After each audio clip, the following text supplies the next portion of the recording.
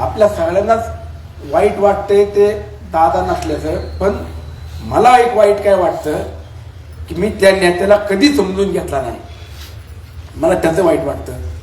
आणि आप्पाच्या नंतरनं जर माझे हट्ट कोणी पुरवले असतील ना तर त्या अजितदादांनी पुरवले. पिंपरी चिंचवडचं इलेक्शन होतं, मग तिथं डायरेक्ट म्हणालो दादा आता इथं जेवून जा. पत्रावळीत सुद्धा सुनील शेळकेच्या हट्टापायी दादांनी जेवण करून गेले ना. आठवते 6 वर्षात फक्त तांदळाच्या पलीकडं अजितदादा सुनील शेळकेनं काहीच दिलं नाही, पण हजारो कोटी रुपये देऊन स्वतःच फॉलोअप घ्यायचे, स्वतःच बघायचे. प्रत्येक जण दारं बंद करून घरात रडत होता. प्रत्येक जणाला दादाची किंमत गेल्यावर कळत होती ना, याचं दुःख होतं. 3.5 वर्षात जे मागच्या 6 वर्षात दाखवलं त्याच्यापेक्षा चांगलं काम या 3.5 वर्षात उभं करून दाखविल, आणि तीच माझ्याकडनं दादांना श्रद्धांजली आपल्याला. त्यामुळं माझ्या राजकीय भवितव्याकरता मी अजिबात खचणारा नाही, आणि राजकीय मला काही मिळेल का नाही मिळेल याकरता मी विचार करणारा कार्यकर्ता पण नाही. कारण राजकारण माझा पेशा नाही, माझा व्यवसाय धंदा पण नाही. पण दादांच्या स्वप्नातला मावळ मात्र उभा केल्याशिवाय सुनील शेळके दादावरती प्रेम करणारे वडीलधारी माझ्या माय भगिनी सहकारी बांधवांनो, आज दादांना जाऊन 4था दिवस आहे, आणि आपण सगळेजण दादांच्या प्रेमापोटी दादांची श्रद्धा ठेवणारे मोठ्या संख्येनं आज या ठिकाणी एकत्रित आलोय. घटना कशी घडली, व्हायला नको होती, आणि जो काही चटका आपल्या सगळ्याच मनाला लावून गेले, हे दुःख माझ्यासारख्यालाच नाही तर वाड्यापाड्यावर राहणाऱ्या कष्टकऱ्याला असेल, सर्वसामान्य कुटुंबातला व्यक्ती असेल, किंवा एखादा चांगला व्यावसायिक उद्योजक असेल, या सगळ्यांना दुःख झाले की दादांनी वयाचे 66 वर्ष पूर्ण करत असताना जवळपास 35-40 वर्ष आपला कधी संसार नीटवाणी पाहिला नाही, आपल्या स्वतःसाठी आयुष्य जगला नाही, फक्त काम आणि काम. माझा पुणे जिल्हा, माझा महाराष्ट्र कसा पुढे जाईल, इथं चांगले प्रकल्प कसे आणता येतील, इथं सुविधा कशा देता येईल, याकरता कष्ट आणि कष्टाच्या पलीकडं दुसरं त्या नेत्यानं काही आयुष्य जगला नाही. आणि अशा नेत्याचं अकाली जाणं नियतीनं खरोखर खूप अन्याय या महाराष्ट्रावरतीच केलाय. आदरणीय पवार साहेबांच्या विचारधारेतून राष्ट्रवादी काँग्रेस पक्षाची स्थापना झाली, आणि आज स्वर्गीय बेगडे साहेब असतील, बापना साहेब असतील, बबन भाऊ, गणेश आप्पा, ही सगळी मंडळी आजही राष्ट्रवादी काँग्रेस पक्ष पवार कुटुंबावरती खूप प्रेम करते, खूप श्रद्धेनं त्यांच्या सोबत उभे आहे. आणि सगळं चित्र ज्यावेळेला आपण डोळ्यासमोर आणतो, माझा काही खूप वर्षानुवर्षाचे संबंध आहेत अशातला भाग नव्हता. अवघ्या 6-6.5 वर्षाचाच दादांचा आणि माझा सहवास आहे. सुनील शेळकेनं ज्या नेत्याच्या विरोधात घोषणा दिल्या, ज्या नेत्याच्या विरोधात अपशब्द वापरले, त्याचा कधीच दादांनी विचार नाही केला.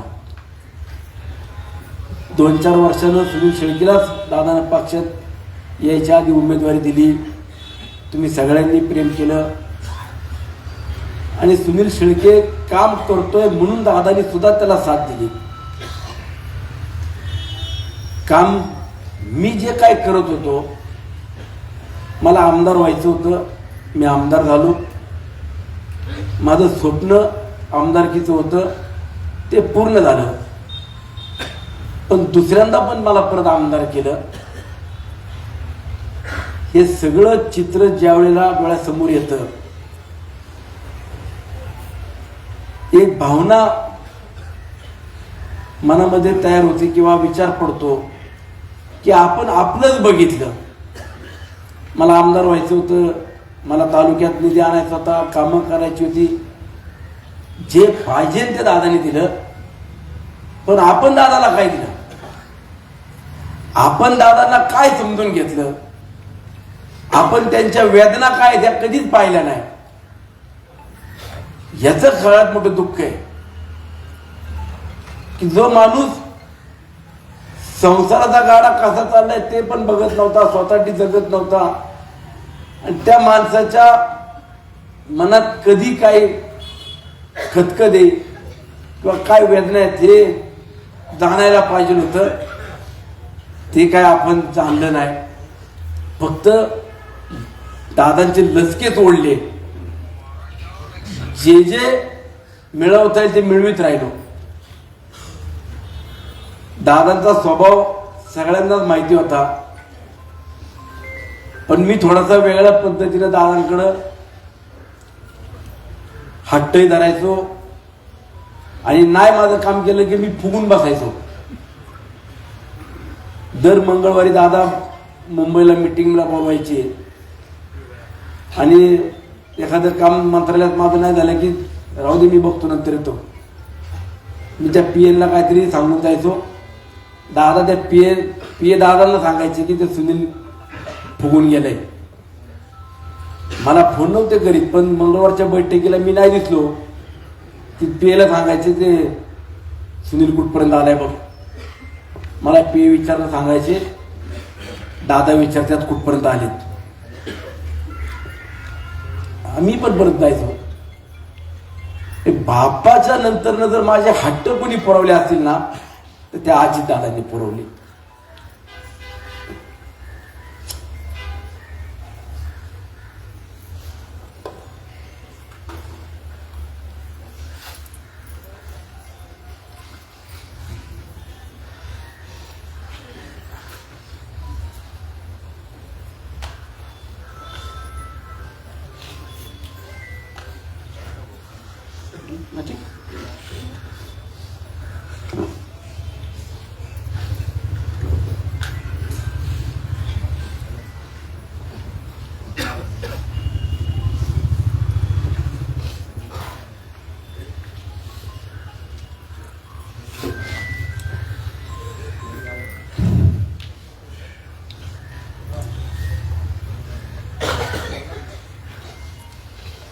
माझा काय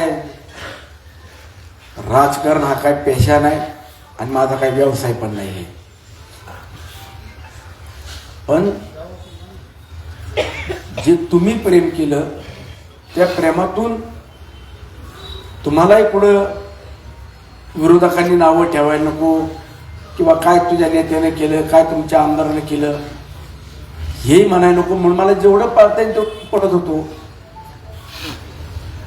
आज काहींना असं वाटतंय की सुनील शेळकेच्या मागं कोण आहे, आता सुनील शेळकेचं काय होईल. मी त्याचा कधीच विचार नाही केलेला. मी त्यातल्या गोष्टीचाही विचार करणारा कार्यकर्ता नाहीये. आणि पद हे कुणी आयुष्यभर घेऊन आलेलं नसतं. पदाचा विचार नाही करायचा आपल्याला. पण दादांनी जे तालुक्याकरता स्वप्न बघितलं होतं, ह्या तालुक्याला कसं पुढे नेता येईल, इथं कसे चांगले प्रकल्प देता येईल, तो विचार करून दादांनी जे जे काही आपल्याला देता येईल ते द्यायचा प्रयत्न केला. मागच्या 2 महिन्यापूर्वी भंडारा डोंगरावरती गेलो होतो. दादा म्हणले सुनील मंदिर खूप सुंदर झाले, तो खालचा कॉरिडॉर आपल्याला कसा आहे तो बघायचा, आपलं कसं त्याचं ड्रॉइंग केलंय त्याचं प्रेझेंटेशन दाखवलं. गाडीत बसल्यावरती मला म्हणले पुढच्या 3.5-4 वर्षाच्या आत तुला कॉरिडॉर उभा करून दाखवतो, 1200-1500 कोटी काय लागतील तेवढे आपण ते टाकू. मार्च म्हणजे आता या महिन्यात कॉरिडॉरला पण पैसे दादाचं कम्प्लीट केलं. ठीक आहे, आता जे काय द्यायचं होतं किंवा जे काय होणार होतं त्या सगळ्या गोष्टी पुढं करायला मी तर आहे सक्षम, त्याच्याबद्दल काय काळजी करायचं कारण नाही. कोण कामं करील, कशी कामं होतील, 3.5 वर्षात जे मागच्या 6 वर्षात दाखवलं त्याच्यापेक्षा चांगलं काम या 3.5 वर्षात उभं करून दाखवील आणि तीच माझ्याकडनं दादांना श्रद्धांजली आपल्याला. त्यामुळं तुम्ही कामाच्या बाबतीत काळजी करू नका, माझी काळजी करू नका, पण 2 जबाबदाऱ्या घेऊन इथून पुढं राजकीय जीवनात काम करायचं. ही तुम्ही सगळी मंडळी दादांवरती प्रेम करणारी आहेत, पवार कुटुंबावरती प्रेम करणारी आहेत. तुम्हालाही मला जपायचं, आता तुम्हालाही ताकद द्यायची आहे. सगळेजण आता मतभेद बाजूला ठेवून एकत्र झालो. तुम्ही आज परवा 2 दिवस बातम्याही पाहिल्या की दोन्ही राष्ट्रवादी एकत्र येण्याच्या चर्चा सुरू आहेत. आणि आज सुनित्रा वहिनींना सुद्धा उपमुख्यमंत्री पदाची त्या ठिकाणी शपथ 5 वाजता घेणार आहेत. काही लोकांनी चर्चा करायला सुरुवात केली की एवढी घाई का केली, पण मी आपल्या सगळ्यांना सुद्धा सांगतो, राष्ट्रवादी काँग्रेस पक्ष दोन्ही एकत्र येणं, मंत्रिमंडळामध्ये कुणाला घ्यायचं काय घ्यायचं हे सगळं प्रक्रिया 15-20 दिवसानंतर होतील. पण आज घाईघाईनं काही निर्णय घ्यावे लागलेत. ते म्हणजे राष्ट्रवादी काँग्रेस पक्षाचे जेवढे आमदार निवडून आलेत घड्याळ चिन्हावरचे, त्या सगळ्या आमदारांचे नेते, गटनेते म्हणून अजितदादा विधिमंडळामध्ये आमचे प्रमुख होते. आणि आपली घटना जी लिहिलेली होती, आता ते कायदेशीर सगळ्या बाबी तुम्हाला टेक्निकली अडचणी समजणार नाही, परंतु त्या घटनेमध्ये राष्ट्रीय अध्यक्ष दादा होते, सर्व अधिकार दादांकडे होते. आणि आज पक्षाचा राष्ट्रीय अध्यक्ष आणि विधिमंडळातलं कामकाज जे आमदार निवडून आले किंवा विधान परिषद आमदार आहेत यांचे गटनेते म्हणून दादा हेच हयातीत नाहीयेत, तर ती जबाबदारी तात्काळ लगेच कुणाकडे तरी सुपूर्त केली पाहिजे. अशा बाबतीतली प्रमुख चर्चा मुख्यमंत्री राष्ट्रवादी काँग्रेस पक्षाच्या आपले प्रमुख नेत्यांनी त्या सगळ्या घटनेतल्या अडचणी पाहिल्या, कायदेशीर सल्लागारांकडून त्याची माहिती घेतली. आणि मग तुम्ही पक्ष कशा पद्धतीने चालवायचा आहे, दोन्ही पक्ष कधी एकत्र करायचे, कुणाला मंत्रिमंडळात घ्यायचे ते नंतर बघू, पण आज पहिलं गट स्थापन केला पाहिजे. गटाला खूप महत्त्व असतं. गटामध्ये आम्ही सगळ्या आमदारांच्या त्या घटनेमध्ये किंवा गटामध्ये गटनेता म्हणून सुनित्रा वहिनींची एकमुखानं बहुमतानं निवड करणं आणि आम्ही सगळ्यांनी सह्या करून देणं, हे पहिली प्रक्रिया आम्हाला पूर्ण करायची आहे. आणि त्यानंतर उपमुख्यमंत्री म्हणून सुनित्रा वहिनी फक्त शपथ घेतील आणि परत बारामतीला जाणार आहेत. कायदेशीर प्रक्रियेतल्या अडचणी लक्षात घेऊन सुनित्रा वहिनींना काल समजून सांगितलं आणि रात्री मग त्या बारामतीवरून आज मुंबईला आलेल्या आहेत. कृपया करून ह्याच्यात कुणी राजकारण आणू नका. शेवटी वेदना, भावना हे काही काळापुरते आहेत, दुःख काही काळापुरतं असणार आहे, पण त्याच्यानंतरनं या राष्ट्रवादी काँग्रेस पक्षाचा परिवार हा राज्यभरातला जर सांभाळायचा असेल, तो वाढवायचा असेल, तर दुःख बाजूला ठेवून पहिलं कायदेशीर प्रक्रिया पूर्ण करावी लागते. हे सुद्धा सगळ्या माझ्या सहकाऱ्यांना, वडीलधाऱ्यांना, आया बहिणींना समजून सांगतो. म्हणून आज सुनित्रा वहिनी घराबाहेर पडल्यात, 5 वाजता शपथ देऊन परत संध्याकाळी त्या बारामतीला जातील. आम्ही फक्त पक्षातले काही प्रमुख मंडळी, आमदार त्या ठिकाणी असू, बाकी दुसरं कोणी नसणारे. मुख्यमंत्री स्वतः आहेत. जो पदभार दादांकडे होता मुख्य, त्यांच्याकडे मंत्री म्हणून ज्या खात्याची जबाबदारी होती त्यातले काही खात्याची जबाबदारी मुख्यमंत्र्यांकडे सुपूर्त केली जाईल आणि राज्यभराचा कारभार त्या पद्धतीनं सुरू होईल. त्यानंतरनं मग थोड्याफार 15-20 दिवसानंतरनं पवार कुटुंबातली मंडळी एकत्रित बसतील आणि पुढं कसं जायचंय, कुणाला मंत्रिमंडळात घ्यायचं, राज्यात केंद्र घ्यायचं, तो सर्वस्वी अधिकार सुनित्रा वहिनीचा असणार आहे. पण आज दादांचा उत्तराधिकारी म्हणून सुनित्रा वहिनींना करावं हे सुद्धा सगळ्यांनी एकमतानं निर्णय केला आणि त्या निर्णयामध्ये सुनित्रा वहिनींना आज आपण सगळ्यांनी पुढे घेतलेले. आता त्या पक्षाच्या सुद्धा राष्ट्रीय अध्यक्ष करण्याकरता आम्ही सगळेजण एकमतानं त्यावेळी निर्णयावरती जायचा भूमिकेमध्ये आहोत. शेवटी पक्ष संघटना हा भाग एक वेगळा आणि कायदेशीर विधिमंडळामध्ये कामकाज करणारे निवडून आलेले प्रतिनिधी, पक्षाच्या चिन्हावरती आलेले प्रतिनिधी हा भाग वेगळा. हे दोनही समीकरण वेगळे असताना कायदेशीर प्रक्रियेतून आपण आज पुढे चाललोय. इथून पुढच्या काळात आपण सगळेजण जीवाला जीव लावून राहायचं, या बाबतीत कोणी मनामध्ये शंका आणू नका. आणि मी पुन्हा सांगतो, माझं जे काय भवितव्य आहे, ज्यांनी मला तुमच्यापर्यंत ताठ मानेने ठेवलं, विश्वासानं ठेवलं, ते अजितदादाने ठेवलं. हे मी कधीच विसरता कामा नये आणि विसरणारही नाही. तुम्हाला जेवढं काय मला देता येईल, जेवढं काय तुमचे प्रश्न सोडवता येईल तो सोडवायचा मी प्रयत्न करतोय. मागच्या 15 दिवसापूर्वी साहेब दादा आले होते मावळात सप्त्याला, नगरपालिकेच्या उद्घाटनाला आले नाही म्हणून मी परत फुगलो होतो. दादा तुम्ही आले नाही. अरे म्हणले माझी तब्येत बरी नाही, जरा तू पण असा वागतो. मग त्यांना म्हणलं आता सप्त्याला तरी या. मी फक्त पत्र दिलं, मला फोन आला की ना आता तिकडे नाही गेलो होतो, तो काहीतरी परत एवढा त्रास मी दादाला दिला, एवढा हट्टीपणा केला. आणि सप्त्याला येताना म्हणले जेवायचं कुठे विचारून घे, त्याच्या घरी पण जायचं असेल तर बघ. मला रवी म्हणून दादांबरोबर असतं, मला फोन केला, दादा म्हणजे घरी जेवायला येतो. मी म्हणलं आता आम्ही घरी कोणीच नाहीये, गणेश भाऊ खांडगेच्या घरी जेवायला नेतो. नाही मग म्हणले नको नको, पुढं का मीटिंग आहे. मला घरी दादांना जेवायला यायचं होतं, मला तेही आणताना आलं. मग डोक्यात आलं की दादाला सांगू, आता दादा तुम्ही सप्त्यातच बसा. मी तिथंच म्हणलं की जर विचारलं तर म्हणते नको नको, मला पुढं मीटिंग आहे, सभा आहे, पिंपरी चिंचवडचं इलेक्शन होतं. मग तिथंच डायरेक्ट म्हणालो दादा आता इथं जेवून जा. पत्रावळीत सुद्धा सुनील शेळकेच्या हट्टापायी दादांनी जेवण करून गेले ना.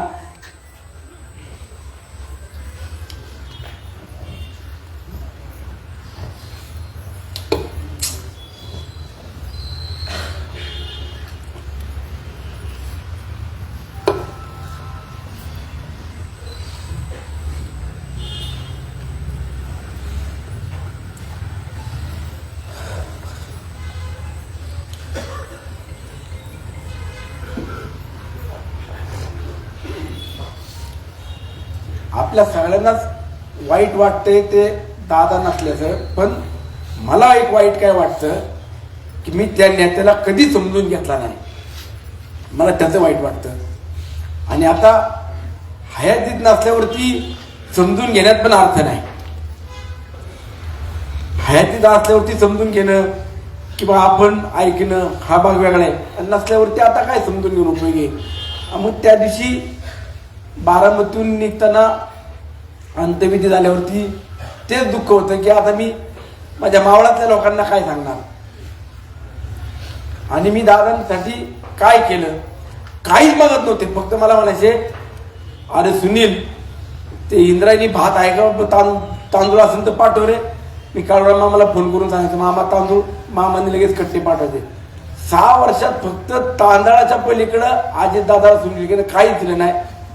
पण हजारो कोटी रुपये देऊन स्वतःच फॉलोअप घ्यायचे, स्वतःच बघायचे की याला जे पैसे दिल्यात त्याचं कुठपर्यंत काम आले, तो प्रोजेक्ट कुठे कशा काय अडचणीत का, ते स्वतःच बघायचे. असली माणसं परत मात्र काय होत नसतात.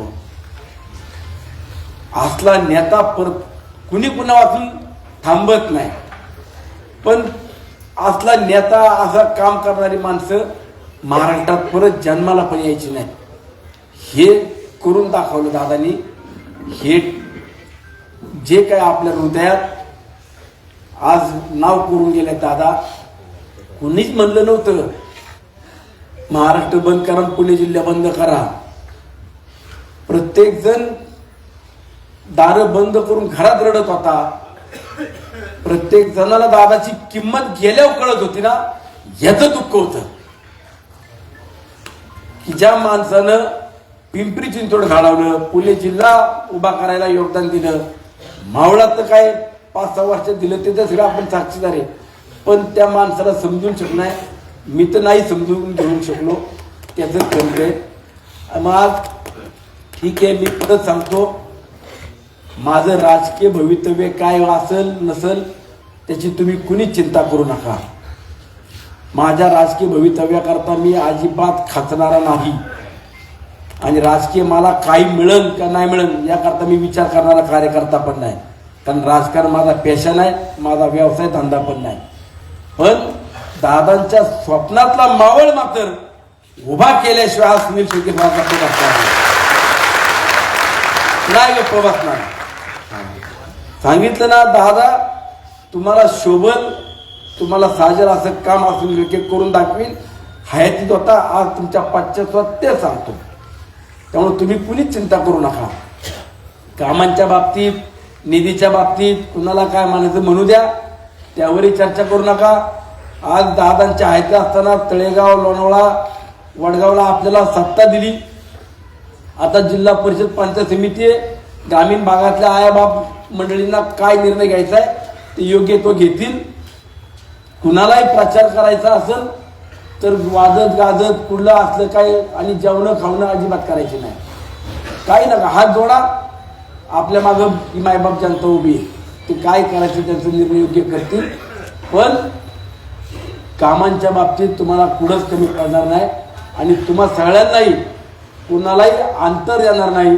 आता मात्र तुम्हाला सगळ्यांना बरोबर घेऊन जायचं हे नक्कीच मला देखील समजतं आणि ती माझी जबाबदारी आहे. त्यामुळं कुणाला मी वाईट साईड बोललो असेल, कुणाला अंतर दिला असेल तर मी सुद्धा आज तुमच्या सगळ्यांची माफी मागतो. राष्ट्रवादी काँग्रेस पक्ष म्हणून तुम्ही आज सगळे दादावर प्रेम करणारे म्हणून साहेब तुम्ही सुद्धा आलाय, बापना साहेब आलेत, मी सगळ्यांची मनापासून माफी मागतो. पण आता मात्र आपला परिवार म्हणून सगळेजण एका विचारानं, एका ताकदीनं उभं राहू, प्रत्येकाच्या सुखादुःखात जेवढं उभं राहता तेवढा राहायचा प्रयत्न करू. मी आज सगळ्याच आलेल्या वडीलधाऱ्यांच्या, आया बहिणींचं, सहकाऱ्यांचं मनापासून ऋण व्यक्त करतो. गणेश भाऊ, मला रडायला येत नाही, पण पर्याय नसतो किंवा नाईलाज ज्यावेळेला वाटतो तो एकच वाटला की बाबा आपण आपल्या नेत्याला समजून घेतलं नाही, त्याच्या वेदना समजू शकलो नाही. जो माणूस अजून 15-20 वर्ष किमान या महाराष्ट्रासाठी, या महाराष्ट्राला पुढे नेण्याकरता पाहिजे होता, ती व्यक्ती आज आपल्यात नाहीये. ही शोकांतिका, ही दुःख आणि ही पोकळी जी निर्माण झाली ही कुणीच अजितदादांची पोकळी भरू शकत नाही. याचं दुःख, याची खंत आहे. ठीक आहे, येणाऱ्या काळामध्ये आपण सगळेजण येणाऱ्या काळामध्ये आपण सगळेजण एका जोमाने, एका ताकदीने उभं राहू. मला कुणालाच अंतर द्यायचं नाही आणि मी पुढे तुम्हालाही गावात, वाड्यापाड्यात विकास कामालाही कमी पडणार नाही. ही दादांना श्रद्धांजली राहील. आपल्या माजी आमदार रुपलेखाताई ढोरे यांचंही त्याच दिवशी दुःखद निधन झालं. महिला आमदार म्हणून किंवा 1995च्या काळामध्ये त्यांनी सुद्धा आपल्या मावळ तालुक्याचं नेतृत्व केलं. आज रुपलेखाताईंचं सुद्धा अचानक जाणं, त्यांनाही आपल्या सर्व राष्ट्रवादी काँग्रेस पक्षाच्या परिवाराच्या वतीनं भावपूर्ण श्रद्धांजली समर्पित करतो.